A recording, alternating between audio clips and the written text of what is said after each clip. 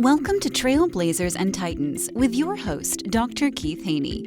Trailblazers and Titans is your go-to podcast for insights, inspiration, and actionable advice from the world's most successful entrepreneurs and leaders. Each episode features in-depth interviews with industry pioneers, innovative thinkers, and business moguls who share their journeys, challenges, and strategies for success. Whether you're an aspiring entrepreneur, a seasoned leader, or someone looking to make a significant impact, this podcast provides the tools and motivation to blaze your trail and become a titan in your field. Tune in to learn, grow, and transform your vision into reality. My guest today, Dr. Bernie Mullen, is a groundbreaking sport and entertainment industry executive who's turned around franchises, set all-time revenue and attendance records, and generated $1.5 billion in revenues for brands from the NFL to the U.S. Open Tennis with his agency, Aspire Marketing Group. He was CEO of an NBA and NHL teams and CMO of the NBA. He also currently is an acclaimed speaker, podcaster, author, and humanitarian who has served on multiple boards, including the United Way, the YMCA, and the Make-A-Wish Foundation. The Aspire Difference Foundation, TADF, focuses on supporting single parents with preschool children. All net proceeds from his consulting, podcasts, and books go to support TADF. His new book is Reimagining America's Dream, Making It Attainable for All. Welcome, Dr. Mullen, to the podcast. Well, today my guest is Dr. Brad Mullen. How you doing, Bernie Mullen? Sorry. I'm good. No worry, Reverend Keith. Yeah. I'm doing great. Every day, vertical is a good day. I love to ask my guests this question. Can I get a chance to know you better? What's the best piece of advice you've ever received? Well, it doesn't sound like it is, but it is. And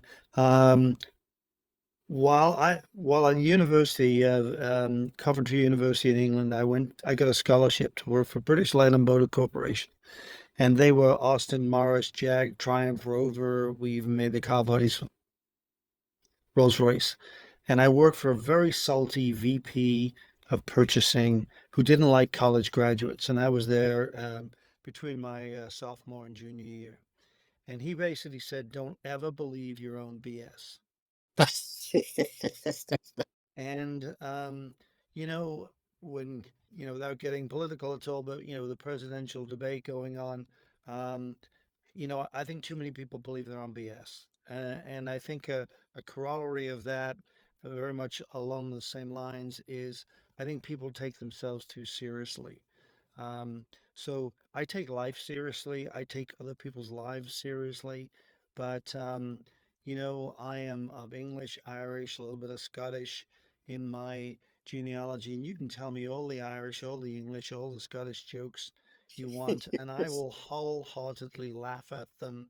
And we've lost that. I believe in political correctness, but not to the point in time where we sanitize um, really important truths and we skate over them or we cover them up, which I think is a little bit of what's going on No, I in agree. today's Yeah, America. you're right. And I think the ability to laugh at oneself is so critical. We take ourselves too seriously, then, we lose the ability to see the humor and even the joy in life. If we're always so on edge and nothing can ever be funny, comedy is just totally different these days. We can't even laugh at ourselves or laugh at society anymore because it's politically incorrect. So I agree with. Yeah. Yeah, where we lived in Atlanta before we moved back to Denver last August. We had a great comedy club, the best comedy club in Atlanta.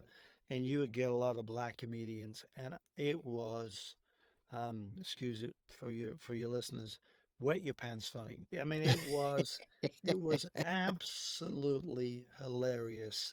And they would pick on us white guys when we got in there, deservedly so.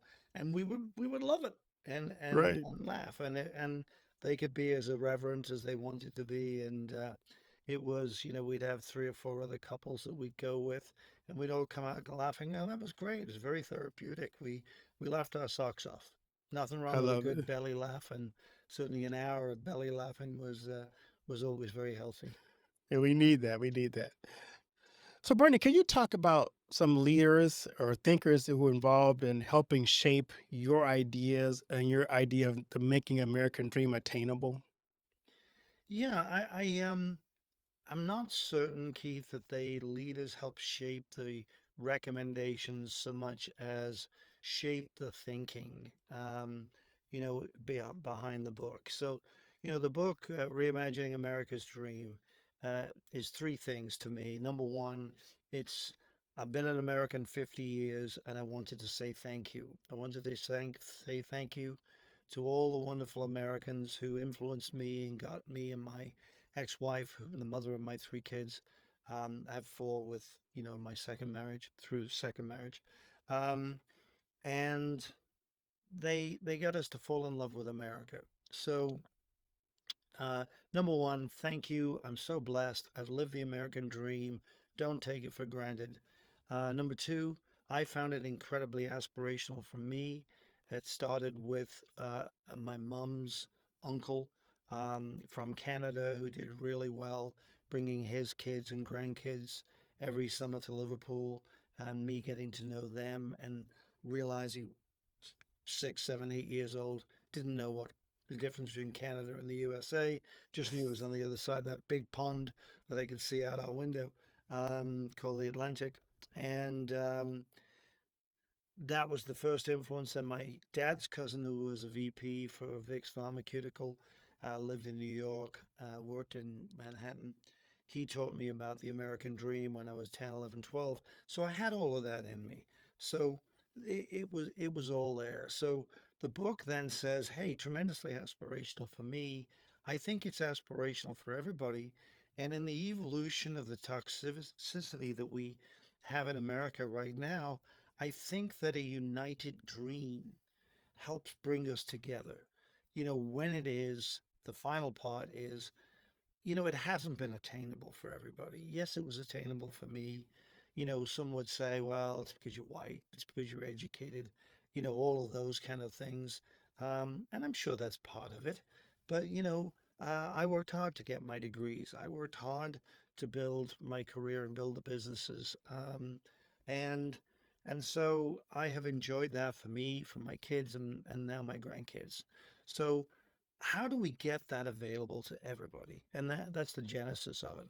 And where was the thinking? I mean, the big leaders were a colleague of mine, Dr. Guy Lewis, not the Houston basketball coach Guy Lewis, but Guy M. Lewis, beautiful man, very visionary, wanted to create a center of academic excellence, and we did, and we created the association for the industry. And Guy was students first, and a servant professor. Um, very socially conscious. Having played football in North Carolina, growing up there, seeing, this is back in the days, Keith, when there were no black quarterbacks, you Right. know, um, and all of those things in football, because Guy was a good 20 years older than me. So Guy was one of the first. And Malcolm Prine, Mac Pine, the president of the Pittsburgh Pirates. When I left after being a professor for 10 years and became a practitioner, C-suite executive, Malcolm Prine had polio as a kid. He'd been given a scholarship by the YMCA to swim and got over his polio. He was a Mid-America Conference, MAC conference referee. He was CEO of NV Ryan Homes. Amazing guy, an amazing visionary. And, you know, as senior VP, I was always worried, how do I make the right decision, Mac? He says, do whatever is in the best long term interest of the Pittsburgh Pirates Baseball Club and our fans. Very clear, very easy. And he got involved in a political fight with the general manager and left. And the guy that replaced him was head of the largest law firm. And the decisions there were whoever's of my clients is most important because um, 11 of the 14 people that owned the Pirates in those days were his clients. And so Boom. that was a nightmare. That's no clarity whatsoever. So, um, And Mac Prine also taught us about the community and making the world a better place, which is why the 14 top corporations in Pittsburgh and the city of Pittsburgh, through its Urban Redevelopment Authority, invested to buy the Pirates and keep them in Pittsburgh at a time when the DiBartolos were trying to take him to Tampa Bay, long before Tampa Bay got the Rays. Um, I think in Colorado, I worked for David Elmore, who was a minor league operator, who taught me a lot about business principles and um, that those business principles were good for the community because you had a good employer who would stay and be sustainable. And as long as we created a great culture, a working culture, um, where people loved to go to work. And but I think particularly important, Keith, in today's world with young people, and we can pick that topic up in a little while of what are they looking for today in companies is very different from what my parents were looking for when they went to work, very different from what I was looking for when I went to work. And I think provides a very interesting challenge. David was great, but probably the biggest influence is Daniel L. Ritchie. Um, I helped build a $500 million worth of athletic facilities between all of the facilities and the Daniel L. Ritchie Wellness Center, 7 venues there.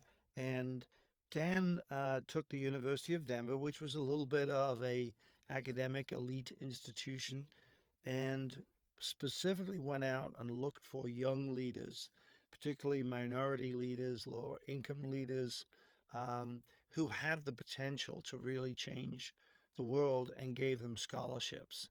And that really, you know, sunk into my head and my heart and influenced a large part of the book. Haven't seen Dan since I left Denver 24 years ago, but hoping to have lunch with him soon, give him a copy of the book, and say, "You inspired this." I love that. I had a project for my doctoral work on entrepreneurship, and my project idea that my group and I came up with was you kind of touched on it, is that our education system really is not designed to train the current generation of workers that companies need. Wouldn't it be great if there was a community corporate partnership where the corporations came in and they shaped the education system so they could actually teach and have the kind of curriculum that they need to raise up that next generation of leaders? And so it was kind of an idea that was on our drawing board of things we could look at doing in the future. Well, I'm hoping, Keith, that we get traction behind what I'm calling the prescription. In that we we have a toxic, sick culture in this country right now, and I think anybody looking at the presidential debate, the presidential, the whole campaign would probably acknowledge that. You've got 60% of the country saying, "I don't know who to vote for because I don't want either of the candidates." And this is the greatest country on earth. I grew up in Europe, moved here when I was 23 through the last 16 years of my career before I sold my business. It was international global business. We worked in 11 countries, so I've seen these cultures, and I know that we've got the greatest culture, but we're letting it slide. And so Uh, I think the educational system, clearly, um, when I went to the MBA, our community program was Read to Achieve, and it was crossing the digital divide. And particularly, with a league where so many of our players came from very poor backgrounds, and the perception, and wrong in many cases, but right in some cases, was that our guys were not academically bright. Um, and so we did Read to Achieve, as a way to break out, to give them the digital access to technology to really open up their opportunities. And so the book is based upon the top 10 social issues in America, as recorded by Pew Research with post voter poll. And number one, and the chapter's named that way, it's the economy, stupid. It's always going to be, which is number one in the debate, presidential debate's going to be inflation. It's how much money you have in your pocket and what can it buy. And so we recommend a national minimum wage of at least 15 bucks. And I have created my own company in 2008, sports marketing business, that right in the height of the worst economic situation known to modern Americans. 2008, complete collapse. Created a business. In the 16 years before I sold it, it generated 1.75 billion in new and incremental revenue for 300 clients. So we built it that big, over 200 employees. Um, and what did we do? Essentially, we worked with college athletic programs and pro teams and leagues and sports properties like Coca-Cola, um, that invest a lot in sport through sponsorship. And we worked in Allianz Insurance and Wealth Management in Germany.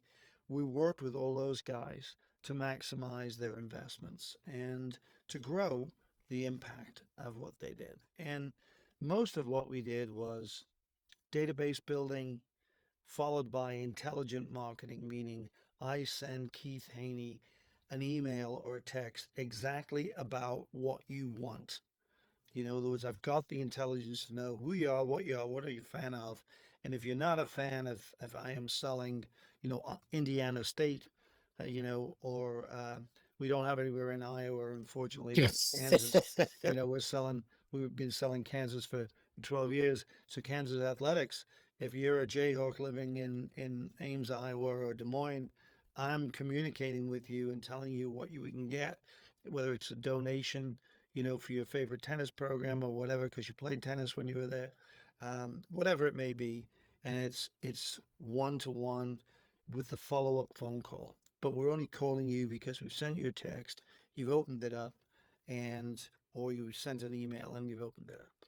So it's not pariah, robocall, obnoxious, all the stuff that drives us and most people nuts. So that's what we built. And how do we build it? We built it based upon, we call them fan relationship management centers. So we had 16 employees inside Allen Fieldhouse in Lawrence, Kansas, and selling football, basketball, baseball, and obviously the women's sports as well. Um, and did extremely well because we built a relationship and we built a connection. And that is that is so simple, and yet it's so vital. And everywhere I've gone, whether it's there or the Colorado Rockies, where I built all the front office and the plan, and we broke the world's attendance season-long attendance record there, 4.483 million, and built Coors Field. It's about building communities, and so that's what we got to do. We got to build healthy communities. I love that. And I've been to Coors Field, by the way. I was there about 3 years ago, no, 4 years ago for the 4th of July. And we got to go on the field and watch the fireworks. But Oh, that was an awesome thing because it was put on by, I think, the Aeronautics and Space group that was there. I want to dig into something that we haven't touched on yet, but I want to get to kind of heart of what our struggle is. So, in your experience, what is the most significant disadvantage families face in achieving the American dream? We kind of touched on some of those things, but if you could narrow down to this is one of the biggest hurdles we have to overcome, what would that be? yeah, absolutely. We have 37 million Americans living in poverty, Keith. 37 million. Wow. We are the most advanced nation on the globe as defined by GDP. So our GDP is almost twice what China's is. Even though China was gaining for a period of time, it's still a little over half of what ours is in America. So we get all paranoid about Chinese and, the Chinese, not the Chinese per se, the Chinese Communist Party, Right. the People's Republic of China. And let's put it in perspective. That it's criminal that we do that. Where does it start? It starts in poverty. So you've got 67% of African American children are born into a single parent family. Okay, the book, anybody who is a Christian, as you are, as I am, and anybody with any faith, whether that be Judaism, whether it be Muslim, it doesn't matter. Any anybody that understands there is something bigger than us Right. gets it. They get that. What chance? I was a single parent in 1988 when my wife and I got divorced. My kids were 13, 11, and 8. Every other day for 6 months in the summer, I was in Three Rivers Stadium, the old crappy concrete ashtray, as I called it, before they built PNC Park. Um, and till 11 o'clock at night, most nights. I had to have a really qualified babysitter nanny. Took 7 or 8 weeks to get it. I was terrified until I found Meg, who was becoming a teacher. So she was in college to become a teacher. And Meg was fantastic. She knew how to work with kids, and she knew how to motivate them and get them to done their homework and all the rest of it, and make good meals and take care of the kids. And I was making a six-figure salary in 1988. I mean, and I was terrified. What about that poor teenage pregnant young lady? You know, um, what about the poor guy who, because it's not just about the girls and women, it's about the caregiver. So what are the things we have to do? Number one, we've got to restore the dignity of work and give a parent or a caregiver the chance to be able to raise that child, and probably only one child. I mean, if you're talking about two, three, four children, you're talking about a need for way more money. But just that one child, and allow them to have one job, 40 hours a week, full time, minimum $30,000, which is what $15 an hour does. So you don't have to have the second, third job. What does that mean? It means now I can, and we have to educate them on food deserts are not where you go for healthy meals for you or for your kid. So here you got to go to a real grocery store, which means you got to have transportation, and you've got to be able to buy fresh produce and vegetables and fruit and know how to prepare it and know how to do that. I mean, McDonald's on Monday, Domino's on Tuesday, and out of a can on Wednesday is what too many of these poor families are going through because that's all they can afford and it's all they know. And in Right. terms of so many of them, when you look at the social challenges in American society, invariably they have been repeated. Just like we have repeated generations with no generational wealth, we have repeated generations that are, this is what my mom cooked me, or my grandmother, or my aunt cooked me, and that's what I'm going to do. And that has to be changed.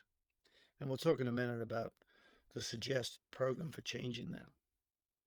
But it starts there. So we created the Aspire Difference Foundation, and we're funding that for single parents with preschool kids. And number one, it's the mental health of the caregiver. Finally, we're starting to realize after post COVID of what COVID did to the kids' mental health, teenage suicides going through the roof, and the stress on the parents. So, mental health of the caregiver is number one. They got to be stable. Number two, they have to be in a solid, safe home. Ideally, not in the hood, not where when you walk out the door, you've got gangbangers and that's the influence, and you've got drugs and you've got crime and you've got all the rest of it going on. And obviously, having worked in the NBA league office for 4 years with the Atlanta Hawks for 4 years, being around professional athletes, that skew so much. So many of them are from extremely poor and have not communities have not been exposed to quality education. Not all, but a lot of them, and certainly the majority of them. I understand the environments they come from. I understand the lack of male role models, and same thing happens in the Latino community, as happens in the Black community right now in America, and sadly, other than rural, poor, white, so people don't realize the majority of poor people in America are rural poor white and suburban white. They're not, there's a reason why they call minorities that the minority of our Right. population, so um, they're not the majority of the poor, but they certainly are overwhelmingly overrepresented and therefore have to be, our focus. So it starts there. It starts with give them a chance to lead a good life, a roof over their head, clothes, and good food, and a parent, even if there's only one parent, that after dinner can sit down with a book or sit down with a piece of paper and a crayon and allow that child, once they get beyond the scribbles, to do 1 + 1 = 2, or to write ABC and sing the ABCDEFG songs so that they go into kindergarten able to read and write, able to do basic math, be socialized to accept instructions from an adult teacher, and to be able to associate with and socialize with their peers. And that's where it starts. So it's, there's a reason why in the book, in the top 10 in Pew Research, income is number one, money. And we'll talk some more, Keith, about how do we help that single parent or a parent that's just low income with both, both roles in there, whether that's the same sex and two people, two partners in it, or whether it's, male and a female, it doesn't matter to me. Um, we're all children of God. And so why wouldn't we support them and support that their offspring, their child, and give them a real head start? I love that idea. My question is because you mentioned something as part of the plan that when I worked in the inner city, it was hard to get to that level you're talking about because so many people lived in such difficult neighborhoods with so high a crime. How do you get that family out of that situation? Because if I could have moved families out of that situation, yeah, their life would have been drastically different. But it's so hard to find a place that they can afford to move to that's not in that environment where there's drugs, there's gangs, there's poor education systems. How do you are you trying to solve the situation where they live, or are you just trying to like relocate them to a place where they can flourish? Both. Okay. Both. I think systemically you have to do both. So I don't know, Keith, you know way better than I do. I sit here as an older white guy who has lived in middle and upper class, um, you know, for most of my adult life. I would say, hey, I created it. I was the primary breadwinner. I had, the mother of my kids from England. We got divorced in '88. I have my amazing wife who works for our company. And so we got two incomes, and I have two homes. So I realize I am not, I am very, very different. But through the Aspire Different Foundation, we're currently supporting 12 families here in Colorado and 4 or 5 in Georgia. Um, in this way, and we go to their homes and we see the circumstances where they are. And so let's talk about how do we help people in situ where they are in the hood. How do they become senior VP of the Aspire Group? Tony Garrett makes 6 figures. His wife is a professor of communications at Georgia State.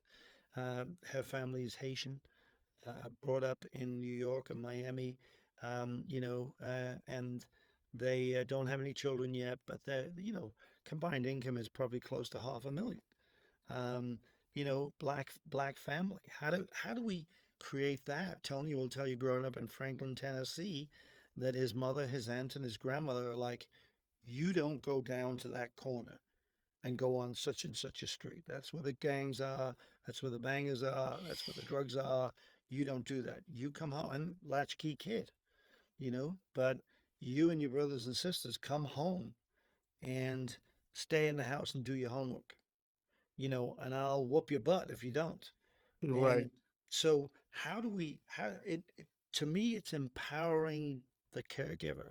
It's empowering the parent first off. telling them, it's the Bella Caroli with Gary Shrug when, she had a broken ankle and she finished the vault in the Olympics and won the gold medal for Team USA. And Bella Caroli, I think was a Croatian or Serbian, whispers in her ear, "You can do it." You know, how do we have how do we have the caregiver whisperer that gives them the confidence? And here in Denver, um, we are we support a group called Thriving Families. They serve 500 women. It's only women um, in that case. So we have other groups where we serve men and women. We're serving a grandfather. More and more grandfathers are being asked to be the primary caregiver of preschool children in America right now. But Thriving Families, they meet a couple of times a week, and it's a peer group led, psychiatrist led, social worker led. That you can do it. We are your coach, and here's how we can help you do it. I mean, who wouldn't be overwhelmed, with the finances of it? So let's drill down to some very practical stuff, Keith. How do we help that caregiver? First of all, raise the minimum wage to a level where it should be, which today in most communities is a minimum of $30,000. That's huge. That's five, six, $7,000 more. Number one. Number two, free daycare. So for many of the inner city tough situations, you're looking at, hey, I've got a neighbor who takes the kids in during the day. There's no education there. That neighbor may be smoking. Um, the food they serve during the day. I mean, they may have a wonderful heart and mean well, but they're not teaching them. Right. And they're not teaching them to go into kindergarten able to read and write and do math. So we need that. So that's free. So $10,000, $15,000 value right away. Whatever that cash they're spending on that goes away. That's a minimum $10,000 a year more in disposable income. Free babysitting. So we start that way. 0 to 5, that child gets educated with a chance to succeed at kindergarten. They walk in. Um, my eldest daughter's a doctor in Chinese medicine, and she got her doctorate in Chinese medicine in China. First of all, in masters in Beijing, and then in Hangzhou. And they put my eldest granddaughter, who's now 24 years old, in fashion marketing. Now and my two oldest kids, their father was African American, so I have my two oldest grandkids are mixed race, and they represent, Keith, today's American society. And Naim, my eldest granddaughter, she's sassy. She's in fashion marketing in LA. She's a piece of work, and she's the face. Love her dearly. She's the face of modern American women. You don't know if she's Latina. You don't know if she's Middle Eastern. You don't know if she's African American. You know she's mixed race. And that is the face on all the ads in the face of America today. But fortunately she's had, mother and, her father was not present in the home, sadly, but my daughter's remarried and, her father now is present in the home. So you look at that and say, she when she was in China, they threw her into a Chinese school. She spoke no Mandarin. You imagine that. You walk in there and the Chinese refer to us Caucasians as round eyes. Mm. So every kid wants to touch her eyes because she's got round eyes, and dark complexion like most of the young kids that were in school. But she couldn't survive 3 days in there. She's like having a fit, and a panic attack. And that's what we're doing today to so many young kids in the inner city and rural poor that don't have the basic skills. We throw them into kindergarten against kids that can read and write, and the teacher then has to teach to the bottom, not to the middle, and not to the top. It starts there. So um, where does it then go to in terms of our recommendations? So after free babysitting in school, so there's no latchkey kids. Kids come home on a late activity bus at 6 when the parent's home. That parent has had the time to actually prep some food and cook good, fresh food, for the child.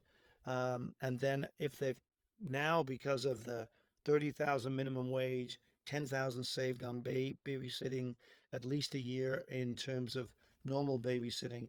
And then when the kids have gone into school, the prevention of latchkey kids babysitting. What do? Before the freshman year, we have a common experience, like conscription used to be for the military, except at age 13 or 14. You will spend that summer before you go to the high school as a rising freshman, and you will be taught how to be an adult and how to be an American citizen.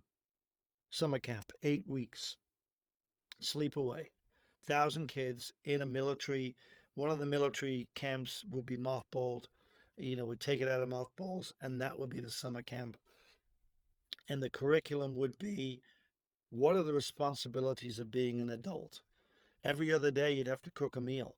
So you come back away from there with 8 breakfast, 8 lunch, and 8 dinner recipes, and you would have actually prepped the food and cooked it yourself as a 13 or 14-year-old kid.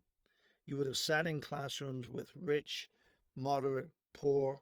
You would have sat in classrooms with black, brown, yellow, white, doesn't matter. And you would have learned and talked through the tough issues of becoming an adult, becoming an American, of what do we need to do? And how do we come together as a united country with those responsibilities that you accept? You would have got up early every morning and done exercise. You have no choice, ideally. Um, and I understand the right will go, oh, it'll be a bunch of woke people teaching them, they'll screw them up. And the woke will go, oh, there'll be a bunch of right-wing maggots and they'll screw us up. Well, no, it'll be exposure to all of the above, because you've got kids from families from all of the above. And it'll be real, and you get paid minimum wage. Then before your sophomore, junior, and senior year, these kids have to have a work experience, 8-week work experience, where they work in one private business 1 year, a public company, so a governmental agency 1 year, and a volunteer organization another year. Whether it's hospital, fire department, whether it's parks and recs, doesn't matter. And you got the experience, and you get paid minimum wage. Will that get banks? And all my sports and entertainment career, I've got banks doing sponsorships. I know what they will give for this money. And then we incentivize the kids. Keep the money in the bank and you'll get 7.5% compound interest. So by the time you're 18, you will have 25,000 in cash. There's generational wealth in half a generation that we create. I love it.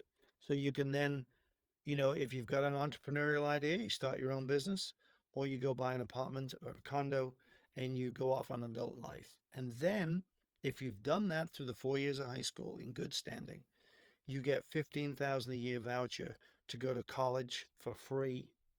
I mean, albeit a state college, and albeit today, an in-state college, obviously, not Ivy League, but you can get Right. grants and scholarships and for the balance if you academically qualify for the Ivy League. Or a trade school. Go become a plumber, a beautician, esthetician, whatever it may be. It's free with no student debt. So for that mom, again, tracking back to repeat, you got 30,000 base pay and probably minimal tax you pay on that. You've got your babysitting and child minding while in school all taken care of.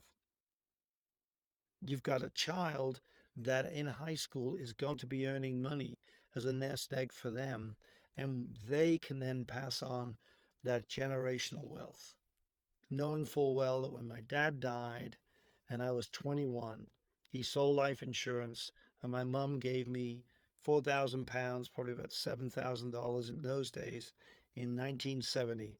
I bought a house that 3 years later I sold for £10,000. So 250% growth in the value of the house in those 3 years, to then have my house that I designed, had someone build for me in Lawrence, Kansas, where I lived my last 2 years in the PhD program at Kansas that provided the equity that has compounded in all the houses that I've owned and sold throughout my life. It's something I was thinking about as you told me this proposal. Um, there's a piece in the beginning that I wonder if you've considered, and that is you talk about how do you find quality childcare for the person who's working, and with a $30,000 base pay. I'm wondering if you've considered teaching some of the kids in the community to be nannies, that they could be used making minimum wage to learn to care for kids, especially at an early age. They would then be able to learn to cook the meals for the parent to help them at least do that with them. If you train them up to do that as kind of really quality nannies, you would then be able to create generational wealth with those nannies that are also in the community sooner as they go through other parts of your program as well. Because that first piece of finding quality care, daycare for kids is going to be really difficult from my experience in the city. No doubt about it, Keith. Keith, I think that's a brilliant, we call it in the green light thinking community, hitchhiking, taking an Yeah, idea and taking it to the next level. And so thank you for your hitchhiking. It's brilliant. Um, yeah, let's back up. Let's look at what that does. First of all, it takes, probably a 12, 13, 14-year-old girl or someone in high school, does that for a neighbor, post school. Um, and like you said, one of the greatest thing is when my kids were young, and I got lovely kids, amazing kids who are now, all in their 40s. The eldest about to be 50 next year. Um, but I used to say we could rent our kids out for the weekend to young couples. right. As the greatest prophylactic you've ever seen in your life, because it's like spend a weekend with little kids. It's like, oh, hell, do I want this responsibility? So I think it's a brilliant idea, and the idea currently as written, Keith, would be we we as the government would then start to invest in these quality daycare that would follow and conform to all the rules in the community. Yeah, I think you've touched on a lot, and I think my experience in the inner city is it's a whole series of problems, and you've touched on a lot of those. One is I think the mentorship you talk about is critical because a lot of the people in the city, and this is not a negative reflection, but they don't have the role models that they can do what Ben Carson's mom did. Some of them did have came from strong homes. A lot of the homes I work with in the city were already broken. So they're not going to naturally gravitate toward having that kind of a mindset. Um, the support is going to be critical about how do you then provide the family structure that they're lacking to come alongside them to help them lift them up to that new level. The problem with the crime in the city, honestly, I would say it is a lack of want to on the part of the leaders in the city. They don't want to clean it up. And until they get serious, that's not going to happen in my experience. And the people who live there don't want to live in those situations. But they don't have the power to take back their communities. Right. So there is a lot of frustration on their part. And you start to see that bubble up around the country. So I admire what you're doing, and I think it's so critical. It's like, how do you begin to help tackle these issues on a global or a national level? Because a lot of issues are the same in all those communities, and what you have here is a great model to begin to start to tackle this. So for those people, so those who are listening to our podcast right now, and going, I love what you're doing. How can they connect with you and learn about what you're doing to bring into their communities? Well, first up, no, thank you for that, Keith, and a couple of other thoughts that build on what you said too. Um, Bernie, Bernie dot Mullen, Mullin, at playfly, playfly.com. That's the company that bought my company, the Aspire Group. They can certainly go on and look at the Aspire Difference Foundation.org. Um, I think probably the single biggest help we're gonna. I mean, obviously donations are always good. And, basically the way I get it up is I fund the administrator, who is also a single parent mom of two boys who are, one now is a junior in college and the other one is just graduated from high school. Um, so I fund all those overhead expenses myself so that 100% of the donations go to programmatic help. Um, and that really more than anything else, we need connections to politicians. So I have the Senator James Coleman, who has one of the poorest districts in Denver, an African American. He's president pro tem of the Colorado State Senate. He's done a podcast with me. Amazing, amazing young politician, Democrat who's going to be a future star in the Democratic Party, no doubt about it. Um, but getting the legislature to support the funding.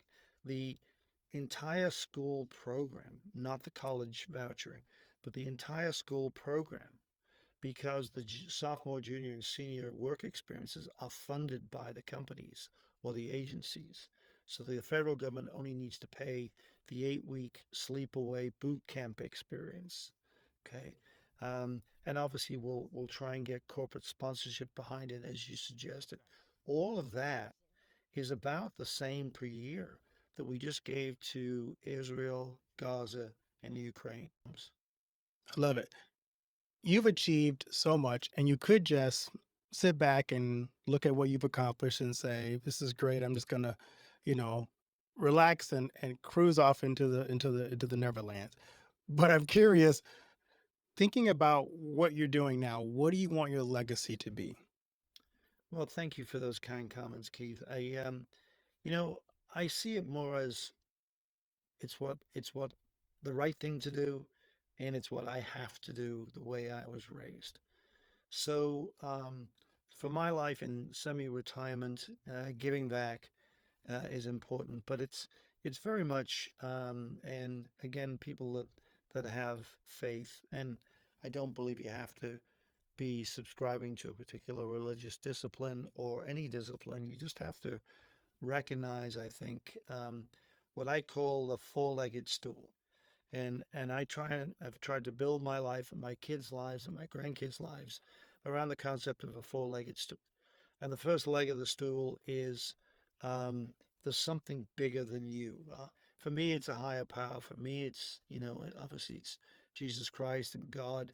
But I understand and recognize for a lot of people that's not there. But just, it's not about you. It's about the world. It's about the community. And I think what we need to do is build bubbles, which is why South Chicago is a whole series of bubbles. But, Right. and I would agree. The problem is the politicians want a certain population to be suppressed and down, and their answer is keep feeding them and propping them up with, with welfare and food stamps and all the other entitlement programs. And this book is about, it's not about a hand up.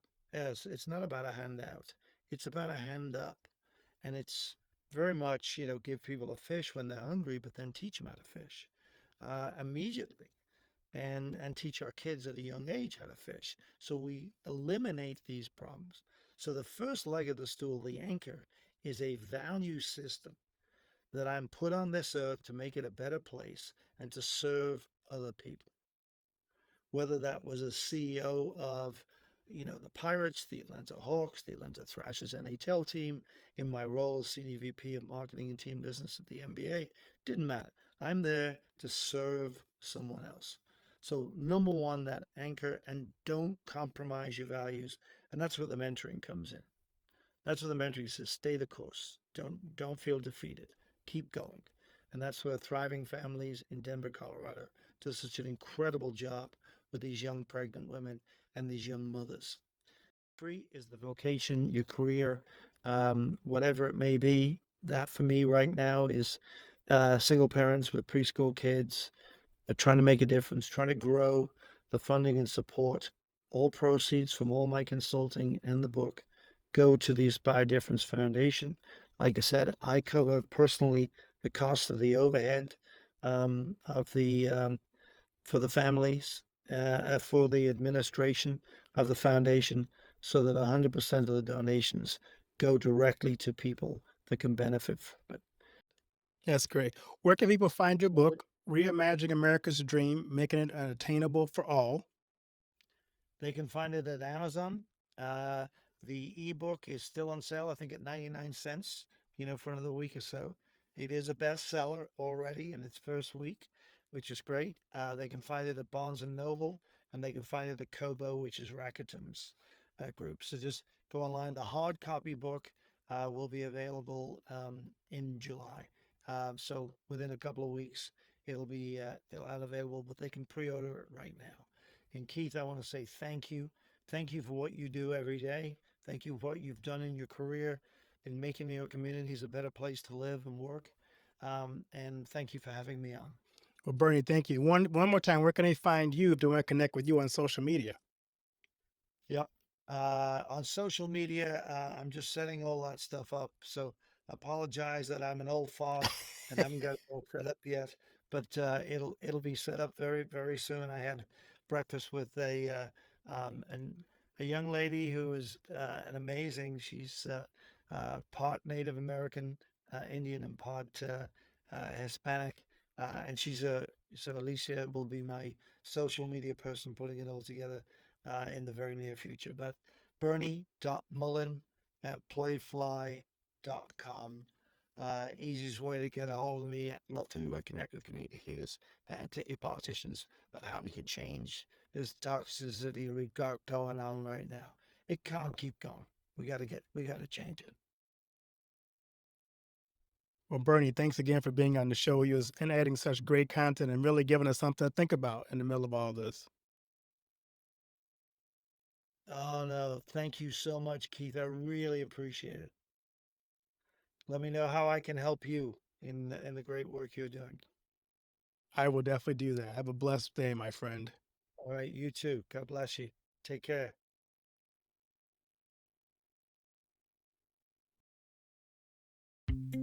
Thank you for tuning in to this episode of Trailblazers and Titans. If you enjoyed our conversation and found value in the insights shared, please subscribe to our podcast and leave us a review. Your feedback helps us reach more listeners and continue bringing you the stories of the world's most inspiring leaders. Don't forget to follow us on social media for updates and exclusive content. Join our community of Trailblazers and Titans, and let's continue to learn, grow, and transform our visions into reality together. Until next time, keep blazing your trail and striving for greatness.